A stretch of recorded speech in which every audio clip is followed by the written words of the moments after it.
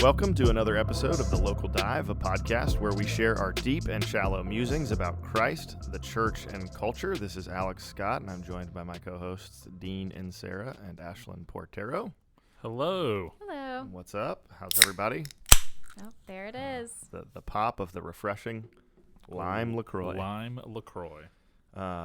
We are excited to jump into another episode, and for those of you who listen regularly, we just want to take a moment to say thank you. If you haven't yet, we'd love for you to leave a review on whatever platform you're listening from, and you can also follow us on Twitter and Instagram at The Local Dive Pod. Today, we're going to be spending time in the deep dive talking about generosity and what that looks like in the life of the Christian.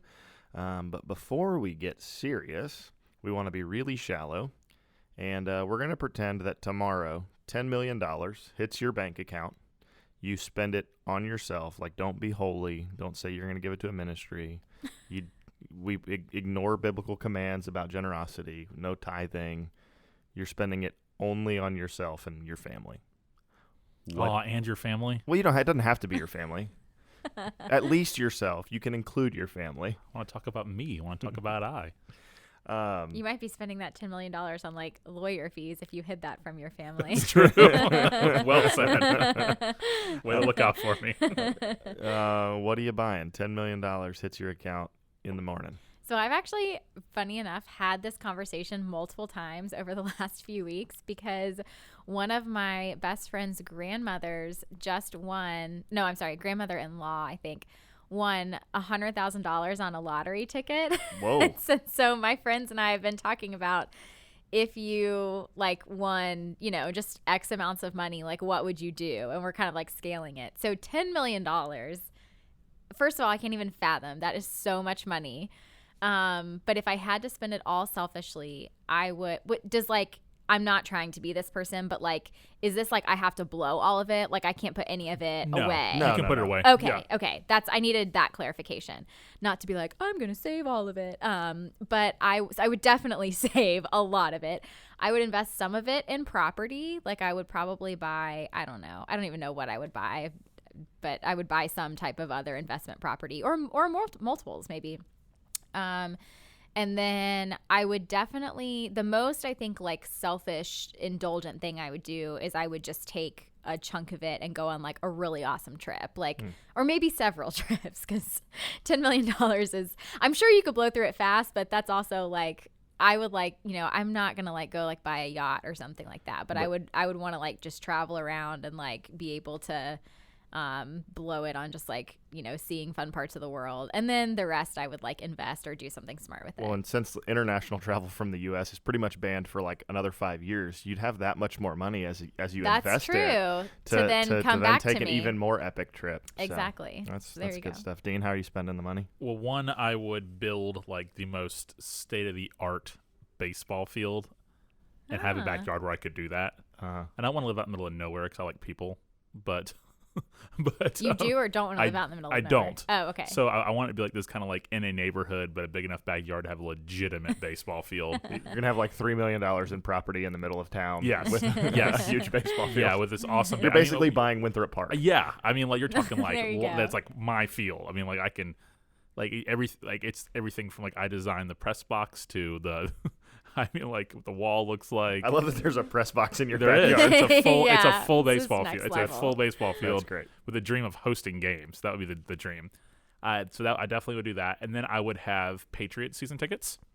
Nice. And like really good ones. I mean, like Not Bucks season tickets? well, for 2 years. No. For 2 years, I need. Yeah, the Bucks are my rental team for 2 years. So At least we knew where the loyalty lies. Like, yeah, it's so- with the Patriots. Yeah, but I'm gonna be very all in Bucks for 2 years, which is painful, but I'm gonna do it. Colin Cowherd said yesterday it's gonna be on the radio. He said the Bucks were already an average team, and now they have an adult at quarterback, so maybe they'll be good. No, that was great. But I would do that, but I'd have like it's cold New England, so I'd have a box, like a nice suite, Yeah. fully stacked with food, and then I would do the same thing for all the sports. So I would have like football season tickets to where I wanted to have that. I'd have Patriots aren't random, that's my team, but I'd have random baseball season tickets to like the Seattle Mariners or like somewhere like that. Random. And then I'd have basketball tickets somewhere like that. So Nice. I would do I would do a whole lot with that. That would kind of be my main things. And then like the big spend would be I would buy the fattest mountain house, like in the Asheville area outside of there, like really nice, like totally furnished to the next level, best TV you've ever seen, whole deal, mountain house. I think you're out of money. Yeah, I was. Hey, You might have Yeah. you might have overspent. hey, it was a gift. Gifts are meant to be used. Yes. So I was gonna say Lions and Red Wings and Tigers season tickets. So I'd be spending a lot of time in Detroit. Pretty much. Yeah. I guess I'm moving there because that kind of covers like And the then the majority travel. of the year. Send Detroit, Alex, church planner. Yeah. And then, so this is really random, but every time I drive through South Georgia and I go by a pecan orchard, I think it's an orchard. Oh my gosh, where is this going? I actually want to buy one, and so if I had $10 million Interesting. to like be a pecan farmer or own pecan trees and then have somebody else farm them as an investment, I would be down for that. That's cool. I like that. It's so random, but it's true. That is the least fun $10 million thing I've ever heard in my entire life. I know, but Hey, the pecans are like a staple of so many good foods. yeah, and they're part of my So- favorite ice cream, which is well, butter there you pecan ice go. cream. So There you I go. eat ice cream like an Okay. 80-year-old. But I have Yeah. my own pecans. I would probably, at this point, I would have some capital to spend on somebody to open my ice cream store that I've always wanted. That's right. So There that you would go. be another investment. Cookie dough or I'm out. We'll have cookie dough. We'll have cookie dough. Thank you. We'll call it Dean's Cookie Dough. Perfect. And then, yeah, I mean, like other stuff. I don't know. I like the like cars and boats and stuff. I don't really. I mean, I was thinking about it. I was like, I don't know that I'd want to buy a bigger house because, like, I feel like Then our you house have to is. keep up with it. Yeah, I feel like our house is already enough to keep. I mean, I guess like somebody, if I had $10 million, I could pay somebody to keep up with it. But I don't know. Like, I'm kind of boring there. I'd probably buy like a condo at the beach. It is crazy how like the older you get, like, because I was talking about this with my friends. We were saying like, okay, granted, I'm gonna preface this by being like, this is like a first world, like, you know, there's a lot you could do unselfishly with millions of dollars. So I want to acknowledge that. But like as a kid, if somebody says like $1 million, like in my mind, that was just like endless amounts of money. Like you'd never run out of money. And then as an adult, you're like, things are expensive. Like $1 million is not that much, you know, like in terms of if you're going to talk about like blowing it on a bunch of things, like, you know, you can only, I mean, You can lavishly spend $1 million really quickly. yes, that's a great way to Yeah, put it. Yeah. totally. Yeah. So it is kind of funny because as a kid, I didn't have a frame. You know, I was like, wow, $20, I'm rich. So Yeah, it's like I thought I I had. mean, still feel that way sometimes, but I thought I like the $300 or whatever I got at my birthday, and I was like, I'm gonna be rich You forever. got $300 for your birthday? Well, I mean, like Pat Scott, No, your mom no. who listens to this. Good mercy, Pat. It was November 20th is my birthday. combined from grandparents and stuff. You know, like I don't know. My parents were always like, "Oh, you want that? Buy it with your birthday money." And Yeah. Oh, so I'd get like the age I was from my grandparents, like a card with $13 in it when I turned 13. no, and then Pat immediately you're Scott like, gives $300. no. But my grandparents and my parents were generous. But Yeah, no, that's awesome. So I'll don't be know. 40 November 20th. So Mailing address. make it is- happen. Pat Scott. You're gonna get 40 single dollar bills tied in like ribbon, totally will. rolled up from Pat Scott That's on your awesome. birthday. Yeah. So, anyways, as we move out of that and transition into the deep dive, we'll be spending some time talking about generosity and really, I think some of this and a lot of this will be in the context of financial generosity, what it means, why, you know, we should be generous. And so I think the first question that I'll just ask is, as Christians, you know, I mean, and non-Christians certainly can be generous. It's not you know, exclusive to the Christian kind of community. But why should the Christian be generous? And then kind of a part two of that is why should they specifically be generous, or should we be generous with our finances? I mean, I think it begins with the fact that we have a God who gives, right? It's for God so loved the world that he gave. He's a very giving God. What has he ultimately given us? He's given us life. He's given us a new life. He's given us, which is through Christ and through the good news of the gospel. And he's given us a new family. He's given us, you know, and him. And there's this exhaustive list of all the things that God has given us. And our reply, like kind of the foundation level of our reply in faith, is worship. And worship is us then giving to God what he rightly deserves. Not what he needs. He needs nothing from us, but what he deserves. So just that idea, that framework of just being a giver in general is foundational for the Christian. And how that practically plays out is what we do with our resources. The scriptures say over and over again. I think it was Andy Stanley who says that the issue is when we have the faulty assumption that all is for our consumption. So starting off with when we do $10 million, selfishly it was like, I would do all these things.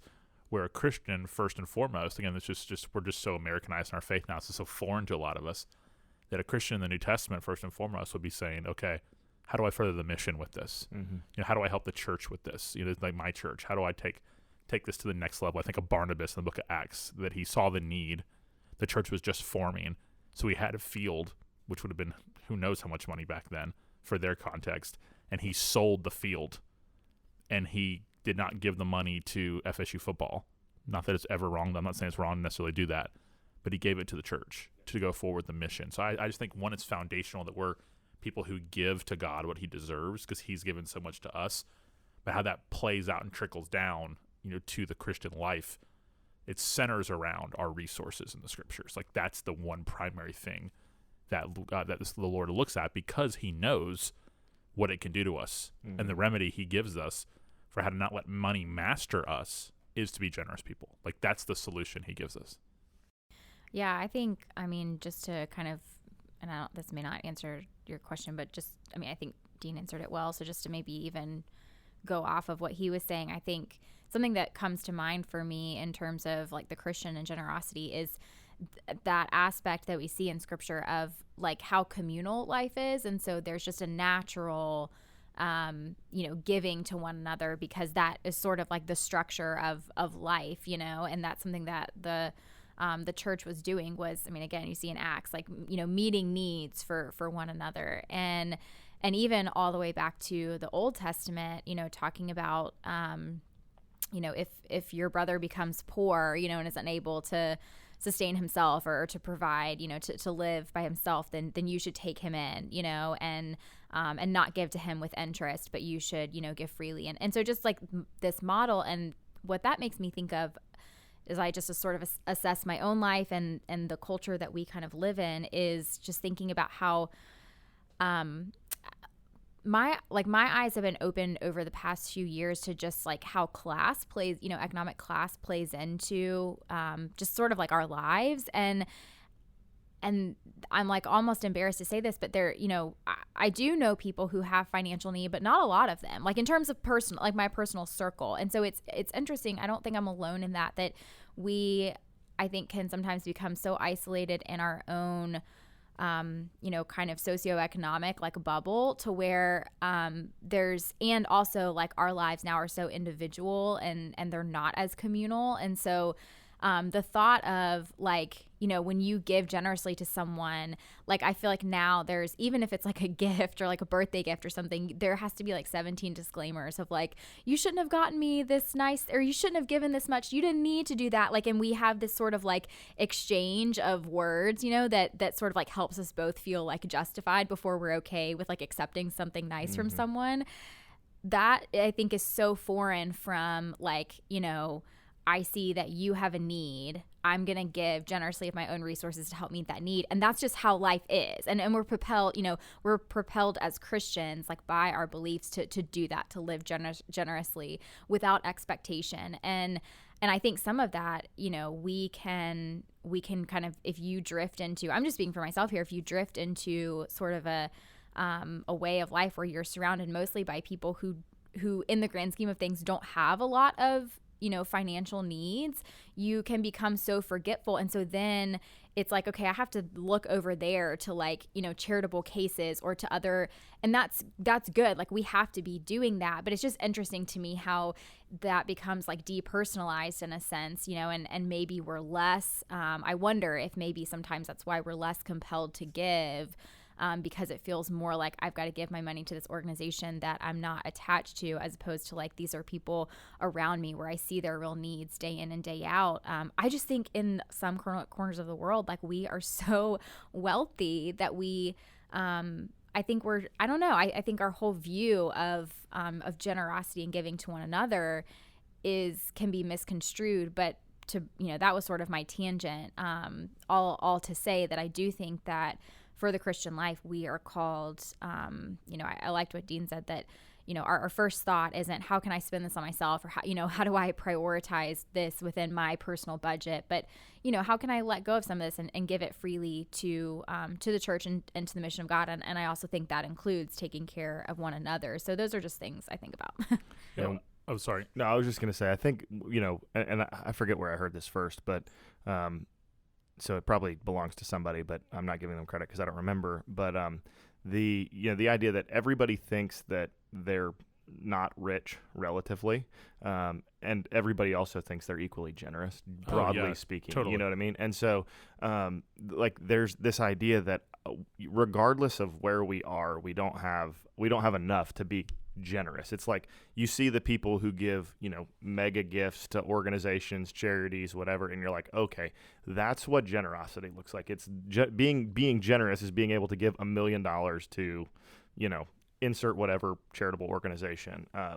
But in the reality, so I was just curious, before this episode, I was looking it up. The median annual household income in the world is $9,733, according to a Gallup poll that I was looking at. So to compare that, the median annual household income in the U.S. in that same study was $43,585 annually. So we're, on average, the median household is 4 times richer than the rest of the world. Like, to me, somebody who's 4 times richer than me, I'm like, you're rich. You're really rich. Like, and somebody who would be 4 times less rich than me, I'm like, oh, you're not as rich. Like, but the reality is, like, pretty much everybody in America, and I think this is something that you were saying, Ashlyn, like, we're all rich. Now, there's degrees of richness, and it's relative, but in the grand scheme of things, like, we're doing pretty well. There's ways to be generous, even financially, oftentimes for the Christian in America. Oh yeah, and that's reality is that no one thinks they're rich and everyone thinks they're generous. Yeah. That's so true. Because even the wealthiest people will go, well, they don't think they're rich because somebody else they know has more than them. So when the standard for wealth is always what somebody else has, we're never going to think that we have means. Yeah, and that I think also leads us back to forget about some of the real poverty that exists, because then you're kind of more looking at your wealth as, or looking at wealth in kind of generalizations too. And so it's, when there are people who are in real poverty and have real needs, all of a sudden it kind of becomes, well, they sort of just represent the bottom of the barrel, but most of us, have a lot of money, and it's like, okay, but what are we going to do about those people? And that's where I do think that Christians have an opportunity to come in and if you, if we know people who are destitute, it is our obligation to care for them, and that's, but I think, at least just speaking for myself, that I become very convicted over that because, just my sort of station in life and where I'm living, in day to day, I'm just being honest, I'm not close to a lot of people who are truly destitute, and so, and I'm not saying that that's wrong, but that does, I think I have to be aware of how that shapes, my assumptions about wealth and then examine my own heart in terms of how I think about, generosity and caring for others. So as we think about this, obviously finances plays a role. But are there other, if you looked at somebody's life and said they live a generous life, are there things besides finances that you would look at and identify and go, that's generosity played out? Yeah, I think so. I think the ultimate is financial generosity. I think the scriptures, that's what we see the most. But I think there's ways to be generous with your time, with your life, with your home. Just with your love. Just with your inclusion of people into your life. I think all those kind of things. But the issue is when we think those things make up for a lack of financial generosity. Like if someone says oh, I give my time, I don't give money to the church. Unless you're providing a business you're doing like pro bono work of your like trade for the church. That is not the same thing. So Jesus was very concerned about our finances. That is what he looked at. So hospitality is something you can be generous with. So I think there are other areas of your life that you can give away, that you can give to people. And I think it's really important too. So I don't want to make any light of that at all. But I just think it's important we don't confuse that with the call to first and foremost be generous with our money. Yeah, I would agree with that. I mean, I think like there are definitely ways. Hospitality is almost, to me, one of the biggest. I think acts of service is an act of generosity as well. But those are foreign. But I think ultimately you can do all those things well. And as you said, Dean, like the scriptures are very clear about the toxicity of the pursuit of riches and what it will do, to Jesus says you can only serve one master. Like, you can either serve God or you can serve money. And so at some point, like you can be generous with your lifestyle without being financially generous and still, kind of have idolatry of money and have misguided love. And I think one of the things you said early on was that like as Christians, our lives should be sort of the posture of worship, and that doesn't exclude our finances. And so in anything that we do, if that's hospitality, if that's acts of service, if that's, some kind of emotional support or something where like that's generous to step into somebody's emotional or relational pain, like you are giving time and energy and emotion and all that. But you can still be serving the wrong master when doing those other things. Well, isn't it interesting that so many of the things we're talking about in our world today, and the churches debating and arguing and talking, it all can really be summed up in love your neighbor. Mm-hmm. I mean, it really can. I mean, when it comes to so your examples like the hospitality, and that's like love your neighbor, 101 kind of stuff. And I've been thinking about lately just how so much of that really can just be summed up. We're debating terms and like all these kind of things. Like, yeah, but I remember Ligon Duncan said that at Together for the Gospel a few years ago, and he was just like, it's the second commandment. He's like, that's what all this is about. All the things where he was in the context of racial reconciliation and caring about racial injustices in our country. That was the context of it. But that carries out to so many things, like how it really is a love your neighbor kind of thing. Yeah, I think too, sort of going back to when we're talking about generosity is worship. Like it's one of the ways that we worship. I mean, when you think about when Mary poured the oil, sorry, I'm getting my words jumbled, onto Jesus, like that represented, I think it was like a year's worth of wages, and so that to me is sort of a symbol of like, I mean, that was in worship and adoration of Jesus, and so it's a pouring out of resources that her family already had, she didn't, I'm like now just, boiling this down to like be funny, but like she didn't write Jesus a check, it was like, but there was a pouring out of like treasure in worship, like to display her love for Jesus. And I think that is something where, we can use scripture to really examine our hearts, that, and for us, like in terms of giving to the church, like that does look like, giving, I don't know how you phrase that, but just set specific, money, resources to the church, but that heart of sacrifice, like without even thinking, I'm just going to pour out what I have, for love of God. And that wasn't, I think, just a display of her affection. That was a display of sacrifice, because that represented money. I think that's, like when we look at that too, when you give, if you give meals, or if you give, whatever that is, that just represents, I think, sacrifice of resources, that could be given other places. And so we want to, I think, give with generous hearts, that, that I think the goal is like not thinking twice, that I'm not going to sit and think about like, well, this money that I have, these resources like really mean something to me, and I've got to kind of tightly like hold on to them. Should I let go of them? It's like, no, we're just called to give freely, because it's a display of our love and affection for the Lord, and to sort of bring it in then to getting to enjoy watching like the fruits of how God works through the church. I want to support the mission of the church, and I want to see more people, understand and know the Lord. And so I want to, give my resources to the work of the church that is, seeking to do that. So Yeah, and I think seeing it as an investment, like really an investment, and the return is like God's glory, right? And God's mission is our reward, and that type of idea.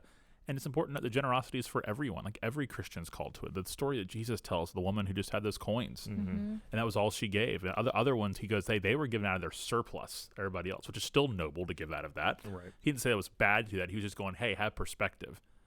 Were they really being generous? Like they were giving out of their surplus. She was giving out of everything she had, and so I think that is so important. It's for everyone, but for those who have a lot, and again, by a lot, I mean like that they live a comfortable life. Let's call it that, or they can have the things they want, not just the things they need. And that's a little relative, but they're just for the sake of a definition. It's just that. Like I think it's just examine how much do we really think of this as for us, and how much do we just think for our families, day to day keeping up with comfort and those type of things. I'm not asking people to go, not have air conditioning anymore, Right. but how much so even I think there's just perspective matters so much. I mean, how many people my age in our community, the money they have, mainly they have because their parents were wealthy. That's nothing to be ashamed of. I think that praise God for that, but I would hope that's where perspective comes in. Like the scriptures ask, what do you have you didn't receive? So someone who's in the state they're in and the position they're in and has the house they have and everything else because of their last name or what they're inheriting or their company they're taking over, I would hope someone like that would be one of the most generous people in the entire world because they know how much they've been given. So for the parallel for the Christian is we know how much we've been given. We've been given riches beyond measure in Christ, so spiritual riches. So therefore, our posture should be, I think, if I was going to go in 3-point sermon preacher here, like why are we generous? We're generous, one, out of worship of God, that we've been given so much that we want to give back. A second, not again, and when we say give back, we don't think we can like pay God back. That's not what we're talking about. Right. We're talking about our response of having open hands. Like Ash talked about that tight grip, having open hands. I think the second thing is for protection of ourselves, because Jesus said, "Where your treasure is, your heart is also." And if you read through 2 Corinthians, the remedy to a money-loving life is generosity. That's what God gives us. It's not a 5-step plan. It's generosity. And then the third one is because we believe in God's mission in the local church and want to fuel it. Right? Those are the things that come to my mind. So as we think about that, I mean, there's on the one temptation, it's to love money, to make that ultimate. The, I guess, far, side of that would be then poverty theology. Just, anything you make, give it all away. Just have what you absolutely need to survive and to, to make it, basically make it where like, you shouldn't like almost air conditioning is like too much of a comfort in some people's eyes. It's like you need to sell everything. I'm leaving the faith then. go live in a van under a bridge and hang out with people who are destitute financially. So like how do we stay out of both of those ditches as the Christian and think about what it means to be generous without giving everything away and also not loving money? Yeah, I mean, that's a really good question. I don't even know if I have a full answer for that. But I mean, I think there's going to be some people who kind of decide, okay, I'm going to design my life around the sort of standard that I want to live to. And that could be I choose to live in poverty, or that could be I'm going to go out and try to make as much money as I can and be as comfortable. So I'm like sort of less, I guess, concerned with like what your financial life plan is and more just like, where are our hearts? Are we designing our lives to, there can be sort of pride and self-focus in any, state of living in any position. And so I think for the Christian, our goal is, the whole thing we've been talking about is worship of God. And so is the way that I'm living reflecting that, and I think that can be as simple as, if I, maybe I am looking at the money I have in my bank account and I'm like, oh, I'm going to use it for, X, Y, and Z, these like selfish purchases, or I could choose like to bless someone with that. I could choose to like do something nice for a friend or, give extra to a missionary or, or whatever that looks like. I think I think we have to be able to stop and ask ourselves those questions and have those reflective moments. Because I think even saying, okay, I've got my 10% scheduled for the month and I don't even think about it. It's like now we live in a world where like, that's just like auto, we're on autopilot, with our lives. Even in that, our giving can become automized. How do we say that? Automated. Thank you. Automized. Whatever. I wouldn't have had that word. I don't know. I don't even, what are words now? So yeah, I just think for the Christian, it's always examining the heart and asking the Lord to examine our hearts, because I if we're going to sit here and like, I don't think that we can say, I do think that there are, basic principles of generosity, and of course we're all accountable to Scripture, but like, I don't want to sit here and tell someone, what they should do or how exactly, like make all these moral judgments about somebody's life who like, I don't know them or know their heart. And so that's what I would say is just, where your treasure is, there your heart will be also. And so how does that define how we live?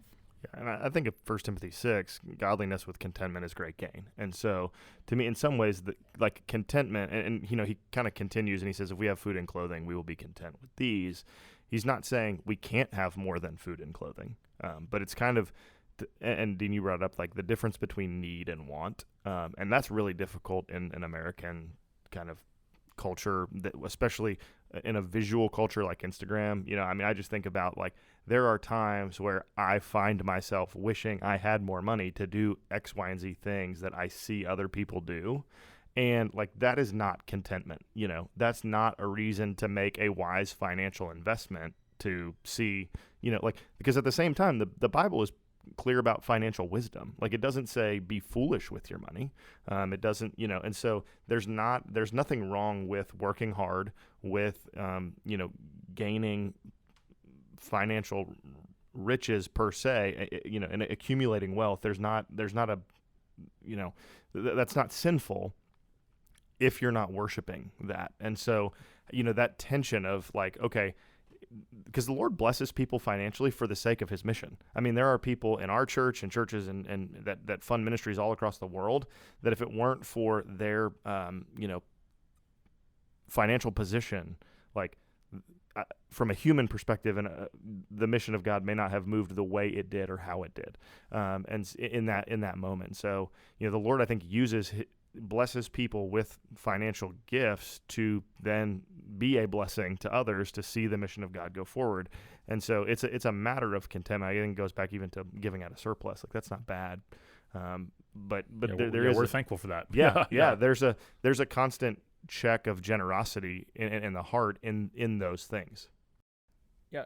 I think the maybe most misquoted verse in all the Bible is if you just said to somebody, money is the root of all evil, they would go, yeah, it's in the Bible, right? People quote that. I know, like, even unbelievers that quote that. That's not what it says. No.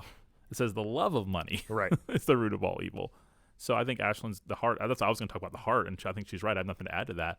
I just think that is, do I love money? Is that the question? Do we like money? Sure. Who doesn't? I mean, is anything better than finding cash in your jeans that you washed and thought was gone and that kind of thing?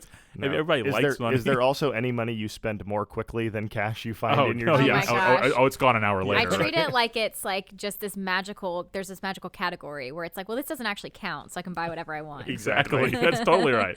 But we love it. That's a regular heart check. So I don't think the Scriptures call us to poverty. And the Scriptures certainly don't call us to love money. Yeah, the Scriptures call us to be generous. And I think, too, it's just, I'm not saying that this is like a, you need to wake up every day and repeat this like a mantra. But I think just, again, we're talking about, being in upper middle class America, Tennessee, not really suburban, but whatever. We're all living comfortable lives here. I think just to like wake up or just to, go through life and like just, again, think about, Dean, you said, what do you have that you didn't receive? And just to like, I think it's just good to keep yourself in check and be like, we live such comfortable lives. Like, we are so blessed, and all of that could go away tomorrow. And so I think that's the other thing too, for the Christian, is to say, like, what is your foundation built upon? Because if you examine yourself and you think at the end of the day, if all of this went away tomorrow, like, would I, could I still carry on? Would Jesus still be on the throne? The answer is yes, he would be. But what would that mean to you? Where would your heart be? Like, would you still be rejoicing in that? And I do think something you said, Dean, that I think is a good point is that I think you indicated, like, a lot of times what we look at as sort of like maintaining is actually like so much excess, And so the things that I think about as just like, necessities of my, daily life. And I look at like, where does my money go monthly, yearly, and things that, feel like, well, that's maintaining, that, of course, that's just how I live. And it's like, yeah, but how much of that is excess, and again, what I don't want, someone to do is to then, sort of go the route that you were talking about, Alex, where all of a sudden, you're a terrible person if you have air conditioning. Yeah. It's not sinful to have 4, Netflix, Disney Plus, whatever, entertainment subscription services. It's also not necessary. Right. Yeah. You can make moral judgments in poverty, Right. And so, but yeah, I do think, so when I say like thinking about some of those things, I don't mean that to make us like feel like a terrible person or to get down on ourselves, but I just mean to have perspective and to keep that in check, and then to say, okay, if that's the case, if I've been given so much, what can I give away to then support, to support someone who is, who wants to go into ministry but doesn't have all the resources to do that, or who, or children across the world who are, living in extreme poverty, and we care about just like the health and well-being of people, or how can I give to the church that wants to start a program but they don't have the money to do it and it's going to bless the community. All of those things, it's just, I think, constantly examining ourselves and realizing we can always do more there. So for the person who maybe is listening or, they want to start being financially generous, what can people do to begin the practice of generosity? I think start developing rhythms and habits and practices. That's important to me. I mean, things like, and there's little things like tip a little more than you normally do. Buy somebody's lunch. I know everyone can do that, but if you're at Chick-fil-A, maybe you can pay $7 more for somebody, that kind of thing. Don't charge people for things. Like we were, yeah. Just, don't be like, oh, hey, my Venmo is like that or that. It's just, if you can just, I'm not talking about if you like loan somebody $10,000, but like if you are somewhere and you text your friend and go, hey, I'm at Lowe's, do you need anything? And they're like, I've never been to Lowe's or Home Depot, but yeah, I was gonna say that could be a expensive. washing machine. I heard they're not, but but like in perspective, what I mean? Like yeah, you yeah. need to pick something up for you at Publix while I'm at Publix, and then it's like, I'm at Starbucks. Do you want anything? Yeah, like that kind of stuff. Don't make people pay you back. Like we just moved, and it was funny because it kind of had to put our money where our mouth is. Literally, I think it was literally. So because we were going to sell some furniture just to get rid of it and have a little extra income to buy more furniture, so Chrissy posted some of the things. And the folks that replied to it were church members.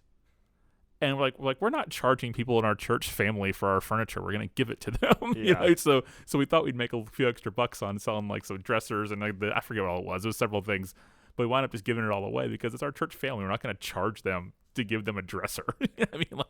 So it's just that kind of stuff. Just start practicing it in your life, because if you're not generous in those little kind of things, you're probably not going to be generous in the big things. And then I would say also, make a decision. Like, it is a discipline, I think. Yeah, it's a hard issue, but also it's a discipline. Like no one ever says that you shouldn't read your Bible unless your heart's in it, right? Like it's a discipline. So like things like having like make that a priority. Like every month, like we're gonna give first. We're gonna give, save, live. If you're you're not always gonna be a point in your life where you can save. I hope you work at it. But you should always be in a point where you can give. And the one with the 2 coins in the Bible is an example of that. Yeah. So worldly wisdom, and this is where Christians need to, this is where you can check yourself. Worldly wisdom say, no, you should save first before you should give. Like if you don't have money to save, you don't have money to give. That makes perfect sense with a financial advisor who are very helpful. I have one. I recommend them. Thank God for them. That is still the world. Yeah. The gospel's foolishness to those who don't believe, right? So we give first no matter what, because God's kingdom is more important than my kingdom. And that's kind of how I think. That's that kind of a framework for us and how I think. Yeah, I would say too, like you're never like I think there's a temptation, and I've even had this conversation with people in a discipleship setting around giving. Like people are like, well, I don't have enough money to give. like if that's, when it's kind of this, when I get to this point of my life, then I'll be able to give. And the reality is, like, when you get there, you don't start giving. It's a hard thing. Yeah. Yep. And so, and because, like, as a general rule, like the American culture, we have a tendency to live up to our means. Think about that. As your salary goes up, your cost of living goes up. I'm sorry, your expenses go up. Because you want to buy a new car, a bigger house, go on another trip, do this thing. So shouldn't your giving go up too? Yeah. Right? Mm-hmm. And then a lot of times that doesn't happen. Right. And it's tragic. Yeah, and so I think, like, you just start, like, the answer is start. Now, maybe you're not at a place, like, because you've overextended yourself financially, or you haven't developed that that habit and that routine. You need to reevaluate some things. Like, okay, but start giving something. It to me is like the best advice on and then I think in that, like, you're gonna start to see, okay, like, this is a good thing that I'm giving away, because you realize, like, you actually, at least for me, when I look at the local church and what's happening in our church, like, as a giver, I'm excited by the fact that this person is getting baptized because their friend brought the gospel to them. I'm excited about kids hearing the good news of the gospel at youth camp or at kids camp. And yeah, my generosity is, and my giving to the church is a fraction of the budget, but, like, I got some of my pennies went towards all of those things. Yeah, and the huge gifts are really, really helpful. Yeah. But where churches are built are the people who are just regular folks financially giving faithfully. Yeah. That's where churches are built. Yeah. So I think you start, and then you come up with a plan to be more generous. And I think the way that you become more generous is, to your point, Dean, is you just are more generous. You buy the person, like, at some point you have to say, is it better for me to go to Chick-fil-A twice by myself or once with a friend and be generous? Those two things aren't at odds, but, like, that might be the choice that you have to make. And I think that you could make the argument that it's better to go once with somebody and buy their lunch than it is to go twice by yourself. And just in terms of developing a posture of generosity. Like, it's important to me, like, I don't mean, like, for the world's approval, but just, like, I want to be known as someone who's generous. Mm-hmm. I want to be known as somebody who's cheap. I want people to see me as a friend, as somebody who's generous, and that's important to me. Yeah.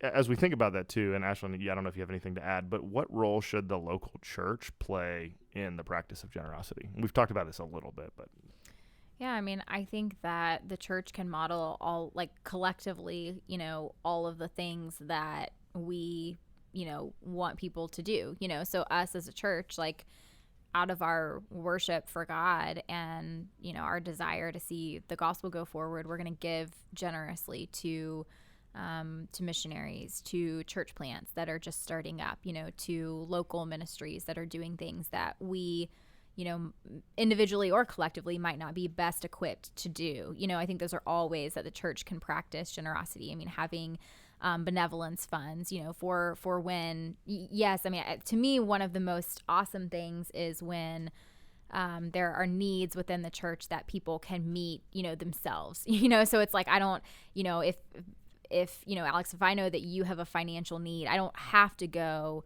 to the church and say, well, how are you going to pay for this need? I could take that upon myself and meet that need. But we also know that it is helpful to have those structures in place, to be able to walk alongside people and sort of in an organized way care for people. And so I think those are all things that churches can do. And I think that something that's always encouraging to me is to see church plants that are so new and, like, in their existence already talking about, giving to other church plants or to missionaries, or sending people out, funded and things like that. Go already showing signs of, of the things that they do in their communities, like, just from the get-go, that's a part of the life of your church, and that's clearly modeled. And so I think that is something, churches can also, just none of us are immune from, and I'm not, like, knocking it's still great to give a lot, but again, we can sort of just, that can become routine,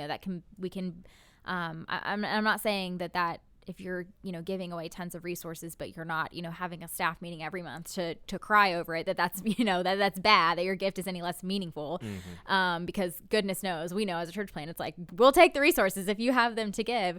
But again, I think churches can constantly evaluate too. We do that in our budget meetings. Like, where can we be more generous? Where is where we're putting our money? Is it going to the right places? And also being good stewards too. It's really important to evaluate where we do that every year and throughout the year. What are our ministry budgets right now? Are they going to the most essential things that we feel like are really going to reach people and further the kingdom? Or are we pouring money into things that are not in service to God and to people, and they're just things that man has created that now we're just sustaining? Like, I think you have to be able to look look at your budget and look at your practices and ask the hard questions, just the same way that we have to in our personal lives. Yeah, and I think the automation of online giving is a beautiful thing. It actually in some ways can help us in today's day make giving first. That's just like, I don't have to think about that because I've set up automated giving. The other side of that, though, is, Dean, like you mentioned, if you get a raise, if you go to a new job, it's very easy to forget about that. And so for the Christian who is generous already, I do think there has to be actually almost like, we, on an annual basis for the church, we have we go through a budgeting process and we have those conversations. And I think, like, at a minimum annually, the Christian should be doing that and looking at, okay, one of the questions is if somebody saw your bank statement or, your financial portfolio, would they say you're generous? I think that's a really good question to ask. And everybody has a different opinion on what that looks like and what that means. But the Christian should be asking, and I would, like, this is something that I try to do in my own life, to say, okay, even if nothing changes with my financial picture, how can I continue to be more generous this year than I was last year?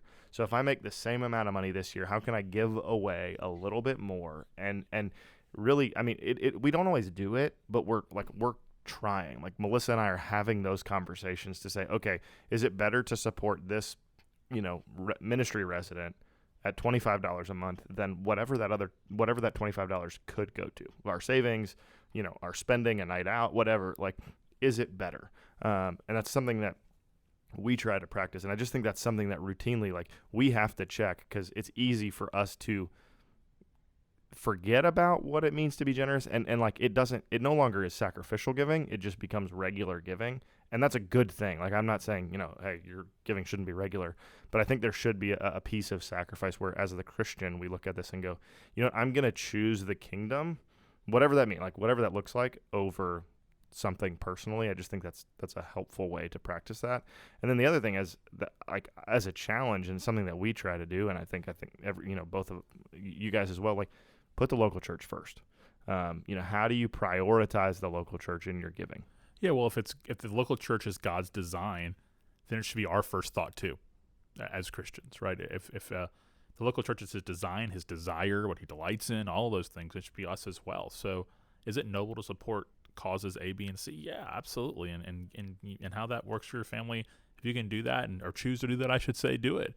But first and foremost, be the local church. And I think something that's happening, I think the local church can be hindered. Again, keep in mind, this is God's design, the church. It can be hindered when we split that up everywhere. Mm-hmm. Like, I give 2% to the church and 2% to, this ministry and 2% to my friend who is in California and is raising awareness of backpacking across the field, or what, those kind of things.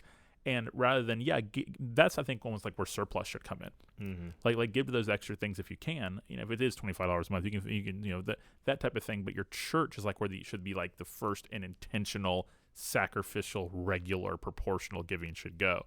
And I don't know how that's even, like, arguable, really. I think we just, as a Christian culture in America, have lost such sight of the significance of the church in one's life. That whole, like, you don't have to go to Christian to be a church kind of stuff you hear about, and that kind of jazz. That the giving's been affected by that as well. But to me, I think it has to be, if it's God's design, it should be our first thought, I think, when it comes to where we give. Doesn't mean other things can't be given to. It's between you and the Lord what you're going to give to. Or it might just be a friend of yours. You just want to help, things like that. that should not come out of what you give to the church. It should come out of how many times you go to Disney World in a year, or, you know, what seat you have at the football game, or those type of things. Because notice that a lot of times people aren't taken away from that.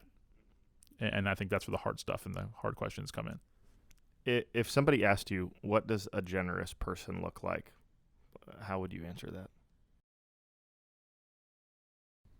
That's a good question. Somebody who makes it rain.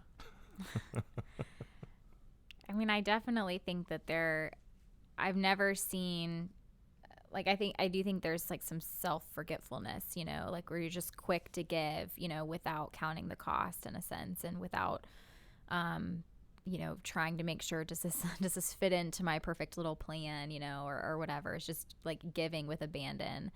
That definitely makes, and someone who, I mean, the scriptures say like God loves a cheerful giver, you know, so someone who is also glad to do that, you know, who's not like, you know, begrudging to give. I mean, obviously we all have hearts that are not always, you know, in step with our obedience, but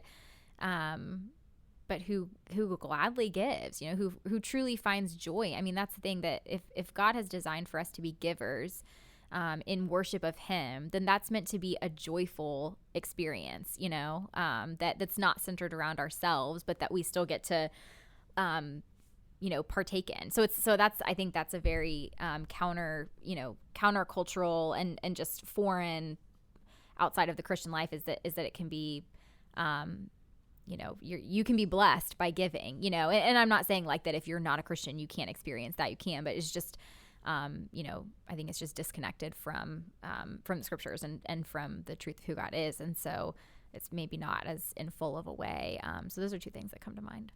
Yeah, I think someone that doesn't believe that everything's for themselves, you know, that is so convinced of the good news in their life that they are thrilled to fuel good news going to others, you know, through the context of the church especially. I have a friend who came to know the Lord at a Capital Campaign dinner at a church. His wife's already a believer. A normal story. It's crazy. Yeah, but the message is what clicked for him. A very, very wealthy man, great guy, and his wife was already a believer, and so I assume that they got invited because she was giving, you know, pretty regularly. Uh-huh. And at it, the pastor just talked through money and talked through what it can do to our hearts and how it has a hold of us, and how it's an idol, and here's how we know that. And he just realized he was talking to him, and there was a reality in his life that his God was his money. And he wound up like coming to know the Lord because of that. He was like, I got to give this away, you know, and I have to, you know, I have to, this is my master, and I don't want this to be my master. And pretty incredible story, you know, mm-hmm. what can happen when God really grips our hearts. And what was standing in the way of his heart was money, mm-hmm. you know, and how, so I think a church, and now he just loves being generous and loves giving away. And so I think someone who just realizes this is not all for me, that these things can easily make my worship go in the wrong direction, and I'm glad to give to the Lord and give to his people to go forward. Like you said, the joy, I think it's just there. You know, it's somebody who does not believe that everything is for them. And if I can just add one thing, I think it's easy, probably especially if you're a church leader listening to this, you know, you might see these things more up close, where you see the effects of like, man, if we had more money, we could do X, Y, and Z, you know, or maybe you know that there are people in your church who aren't giving what they could, or, you know, and that's all of us, but like, you know, the people who just really like haven't made it a priority and maybe not giving at all, or whatever it is, if they have the means to do so. I think that is discouraging. So like, let's acknowledge that it's easy to like get down or get frustrated about those things, and just, you know, let that kind of blind us to also the fact that like, if all of us, I think, know the grip that money can have on us, especially if you're a Christian who is, you know, is always growing in generosity and in worship of God. That I think also should lead us to remember that there's, you know, for the people who don't see the purpose of giving, or they're just so selfish that they're not going to, like, I think we also have to remember that there's like, that's a spiritual battle that, you know, that Satan is going to wage on them, like that money can have a real grip on you, and they're being hindered from seeing like the beauty of the church and the beauty of the Lord. And so I just think if we can also have like our hearts broken in a way over that too, that it's not just, man, I see this person as someone who's not giving, but I see this person who's like not fully living into like the life of God, in the life of the church.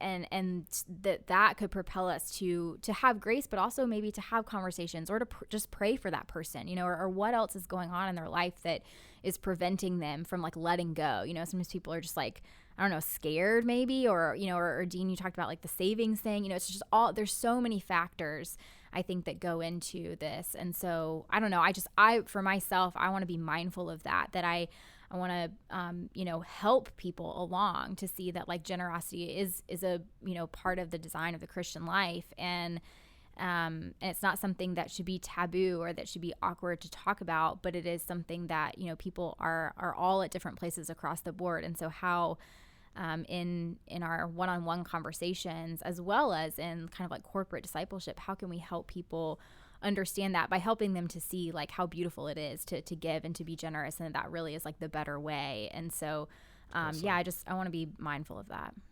That was good. As we bring this conversation to a close, we're going to transition into our Local on Tap segment and pretty much go against everything we just talked about in contentment, and we're going to talk about what we wish Tallahassee had that it does not.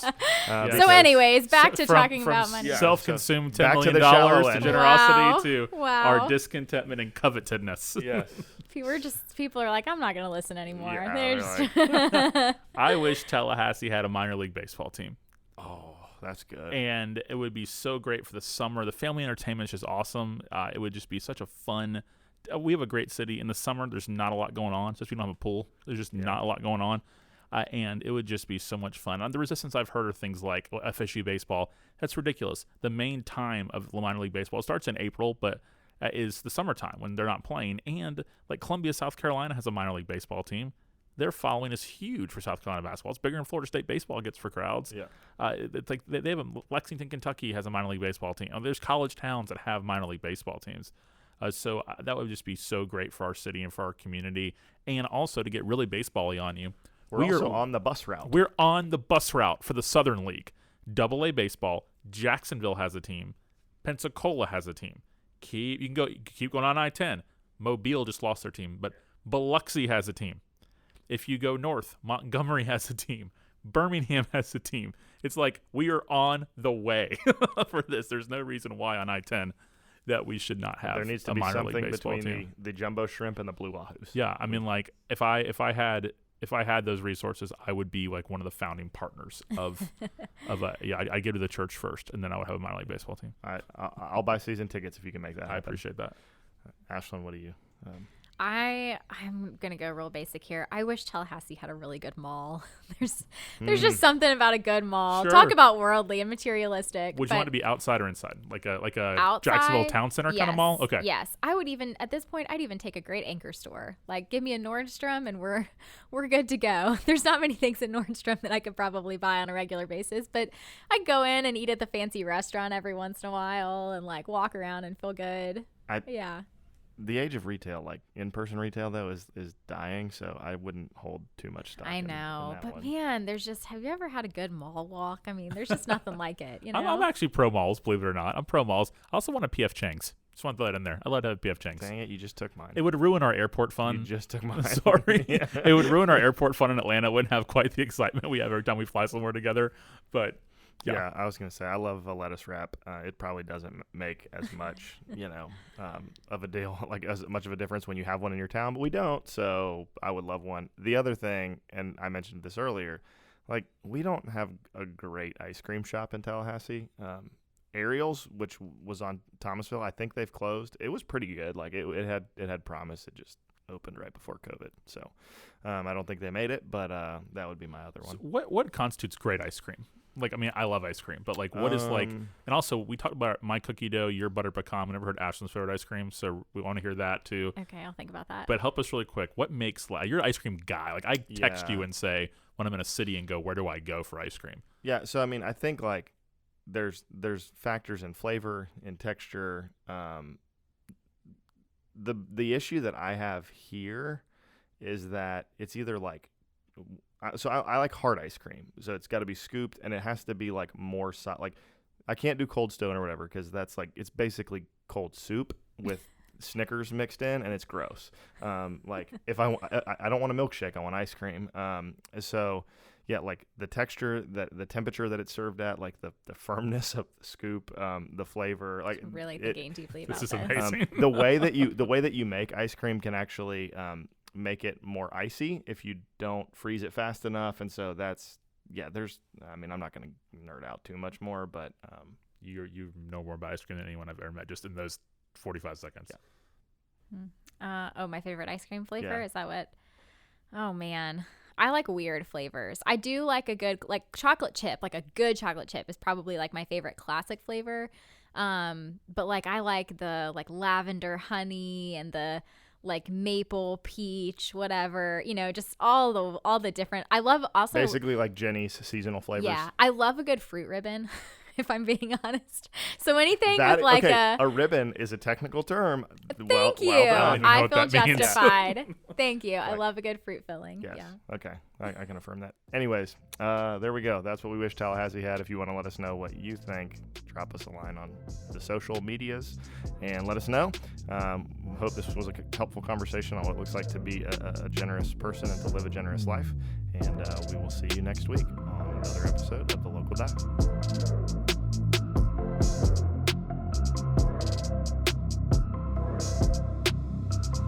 Thanks for listening to The Local Dive, a podcast diving into deep and shallow musings about Christ, the church, and culture. Don't forget to subscribe and leave a review wherever you listen to podcasts. You can follow The Local Dive on social media and continue the conversation with us on Instagram and Twitter at The Local Dive Pod.